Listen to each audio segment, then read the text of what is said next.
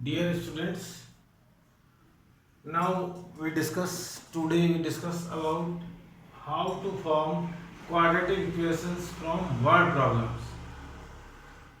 ये टॉपिक और ये क्लास मैंने इसलिए रखी है ताकि जो जनरल प्रॉब्लम आती है स्टूडेंट्स को वो ये आती है कि कोई वर्ड प्रॉब्लम दी हुई हो तो उससे कैसे हम क्वाड्रेटिक इक्वेशंस फॉर्म करें।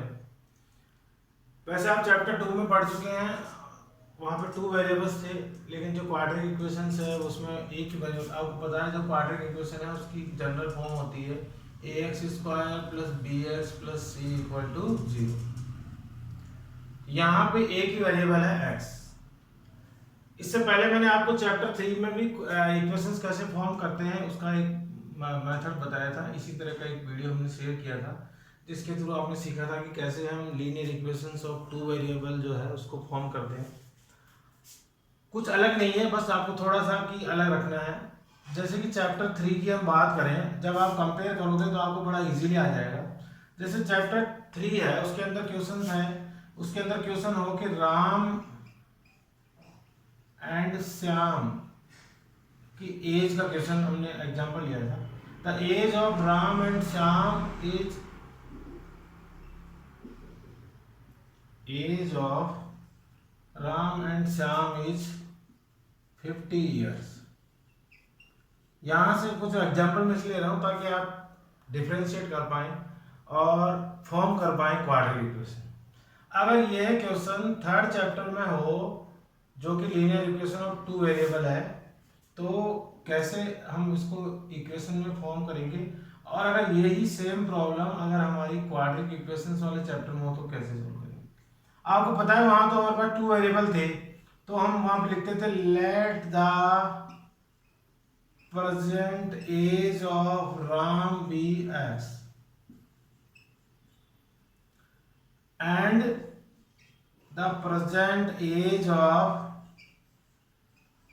Shyam be y। और बड़ा इजीली हम लिखते थे दोनों की मिला के एक 50 ईयर है तो x plus y equal to हो गया 50, और ऐसे हमारी इक्वेशन फॉर्म हो जाती है। लेकिन यहाँ पे 2 वेरिएबल नहीं है, आपको पता है क्वाड्रेटिक इक्वेशन वाले चैप्टर में एक ही वेरिएबल है। तो इसी सेम प्रॉब्लम को अगर यही प्रॉब्लम्स वही है जो थर्ड चैप्टर में थी वही फोर्थ चैप्टर में, लेकिन वहाँ पे हमें 2 वेरिएबल में कन्वर्ट करनी थी और यहाँ पे हमें 1 वेरिएबल में कन्वर्ट करनी है। चलो इसी को हम देखते हैं कैसे कन्वर्ट करें। तो यहाँ पे केवल हमारे पास एक ही वेरिएबल है तो किसी की भी एक को एज को हम केवल x अज्यूम कर सकते हैं। सपोज करो मैंने अज्यूम कर लिया the age of Ram is x। अब राम की एज x है तो आपको पता है श्याम, दोनों की मिला के एज कितनी है,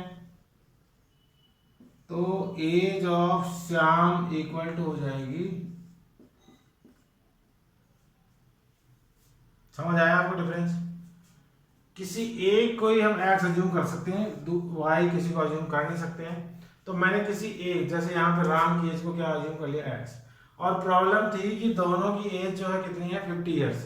तो आप बताया कि श्याम की एज होगी 50 में से अगर माइनस कर दें किसकी एज, राम की, तो ये हो गया 50 माइनस x।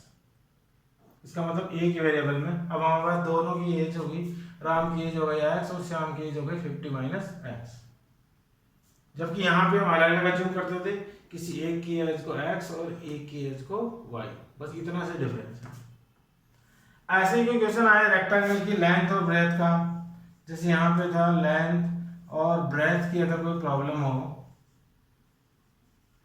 तो लेंथ को हम अज्यूम करते थे x और ब्रेथ को हम अज्यूम करते थे y।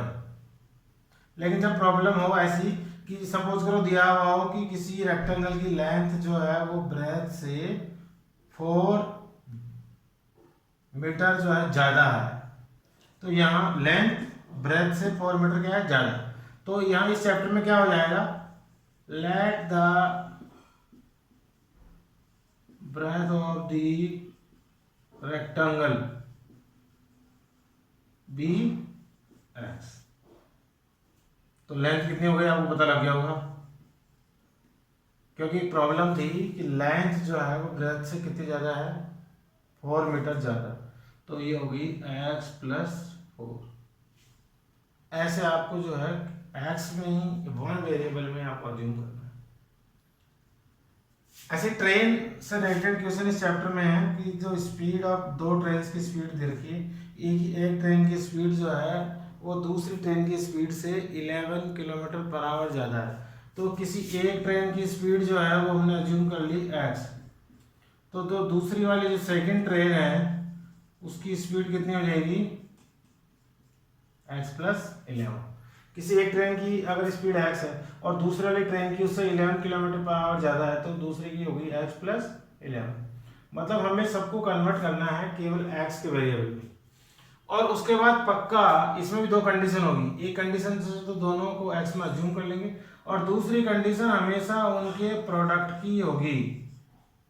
जितने भी वर्ड प्रॉब्लम है उनमें दूसरी कंडीशन उनके प्रोडक्ट की है, ताकि जब भी हम इनका प्रोडक्ट करें तो वो कन्वर्ट हो जाए क्वाड्रेटिक इक्वेशन में।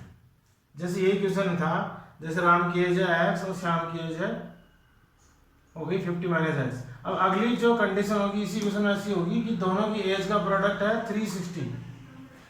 तो यहाँ पे हम इसको कैसे ले सकते हैं, मतलब राम की एज और श्याम की एज दोनों का प्रोडक्ट मतलब मल्टीप्लाई, उन दोनों का प्रोडक्ट जो है वो है 365। अब हम जब इसको मल्टीप्लाई करेंगे तो क्या आएगा 50 multiply 50x minus x square equal to 365। इसको और हम सिस्टमेटिक तरीके से लिखे तो minus x square plus 50x minus 365 equal to 0। अभी माइनस जो है स्टार्टिंग में है, अगर हम इसको रिमूव करें और तो सबको किससे मल्टीप्लाई करना पड़ेगा माइनस से, तो ये हो जाएगी x square minus 50x plus 365 equal to 0।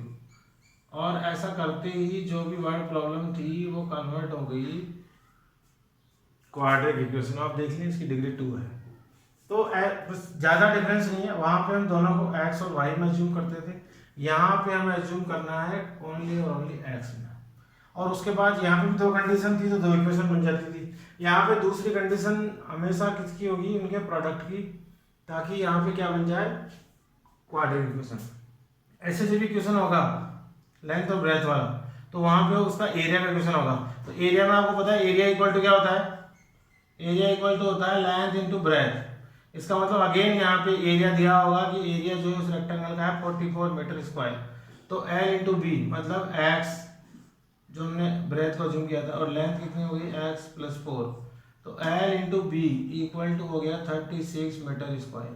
जब इसको भी मल्टीप्लाई करेंगे तो आएगा x square plus 4x equal to 36, और अगेन जब सॉल्व करेंगे तो x square plus 4x minus 36 equal to 0। तो सारी प्रॉब्लम इतनी टिपिकल नहीं है, जितने भी प्रॉब्लम्स है वो सारी जो है कन्वर्ट हो जाएगी क्वाड्रेटिक इक्वेशन।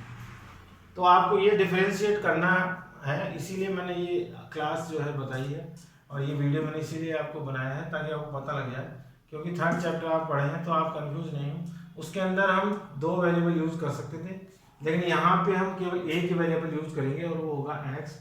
और अगली कंडीशन जब क्वेश्चन में जो होगी, आप किसी को भी x अज्यूम कर लें, उसके बाद दूसरे को उसी x के अकॉर्डिंग कन्वर्ट कर लें, और बाद में मल्टीप्लाई करने के बाद वो जो इक्वेशन है वो चेंज हो जाएगी लीविंग क्वाड्रेटिक इक्वेशन, और उसके बाद हम उसको किसी भी मेथड से सॉल्व कर सकते हैं।